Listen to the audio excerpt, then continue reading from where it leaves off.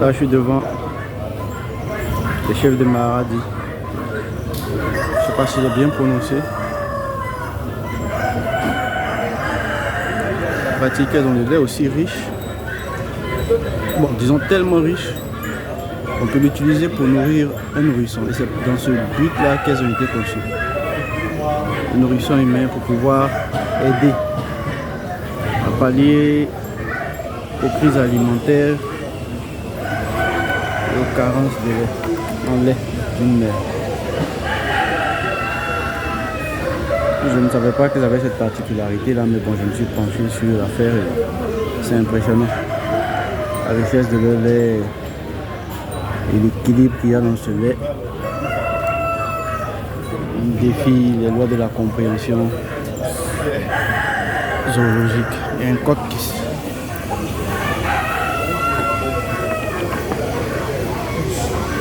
Je vais essayer de le ramener sur son propriétaire. Voilà. Ok.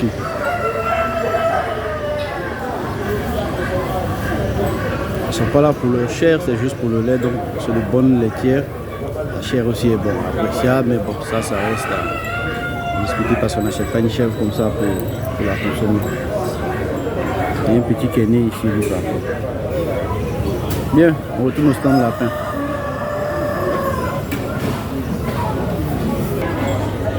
Voilà ma coopérative.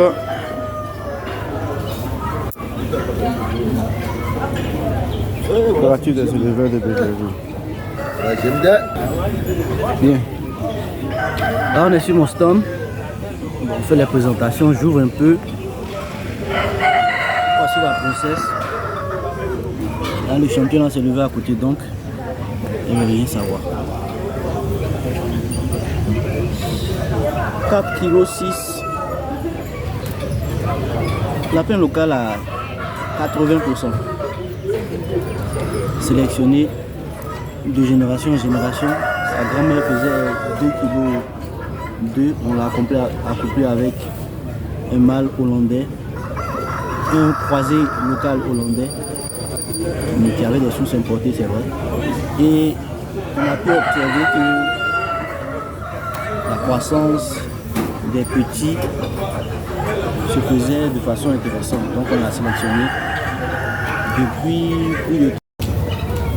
Donc je disais, de 2,2 kg, nous sommes passés à 4,6 kg. C'est un travail de longue haleine. On vise les 5 ou 6 kg pour pouvoir chercher à stabiliser maintenant la race afin que la souche locale puisse recommencer à grimper en poids. J'aimerais le dire souvent, c'est généralement du fait des éleveurs que la souche locale n'a pas eu la chance de vraiment se développer. Parce que généralement chez nous, regardez celui-là comme il profite. Généralement chez nous, quand elle appelle, lui c'est un F1PS 119, on ne comprend pas. Là c'est la souche locale, là c'est autre chose. Généralement chez nous, comme je disais, quand un lapin commence à monter en poids dans la souche locale, les éleveurs avaient pour réflexe de les manger en premier. C'est ce qui a fait que jusqu'à présent la souche locale n'a fait que descendre en poids et en taille. Mais par contre, la sélection naturelle s'est faite avec eux, c'est-à-dire qu'ils ont maîtrisé parfaitement l'environnement. Là, on est sur une femelle qui a plus de 3 ans, mais qui continue à produire de façon inconnante. Elle est toujours entre 8 et 11 petits. Et SCF toujours plus de 7 petits. Là, on n'en a plus que 3 parce qu'on est venu au Sahara et on ne voulait pas emmener tous les petits pour qu'ils la fatiguent. Déjà, ces 3 là, vous voyez qu'elle est prostée dans son coin. Donc, ça lui donne beaucoup de fil avec l'autre. Mais on va faire en sorte que cette race puisse être améliorée, puisse reprendre de l'embonpoint. On va commencer à sensibiliser tous les éleveurs parce que paraît-il qu'elle a gagné le prix du plus beau lapin. Bon, on dit le plus beau lapin, mais c'est plus par rapport à ses critères et à son historique qu'elle a gagné. C'est pas par rapport à la beauté. Sinon, il y a des jolis lapins ici. Nous avons là Rex tricolore, puissant de 100%. Nous avons là géant blanc de Bosca, 6,5 kg, puissant aussi. Nous avons là aussi du puissant géant papillon français. Là, il a 2 mois. Elle a 2 mois. Notre femelle géant papillon française, elle n'a que 2 mois aussi. Donc c'est pour vous dire que il y avait de la qualité à présenter au concours. Mais on a regardé sur le travail qui se fait actuellement. Si c'était les races, il y avait des races, il y avait de tout, des importés. Donc le concours a dû se faire cette année sur d'autres critères. D'autres critères, on n'a pas regardé au poids seulement, on a regardé au poids et à l'historique. Donc on fera en sorte que le travail se fasse. Lui il est presque à 5 kg, mais ça c'est normal, lui c'est un F1 PS119, donc je n'ai pas à me vanter d'avoir un lapin comme ça. Il est gros par essence même, il a été sélectionné comme ça. Mais quand on parle de celle-là, c'est autre chose. Elle a l'historique en elle de la race locale. Maintenant, sa longévité en fertilité étonne tout le monde, même moi.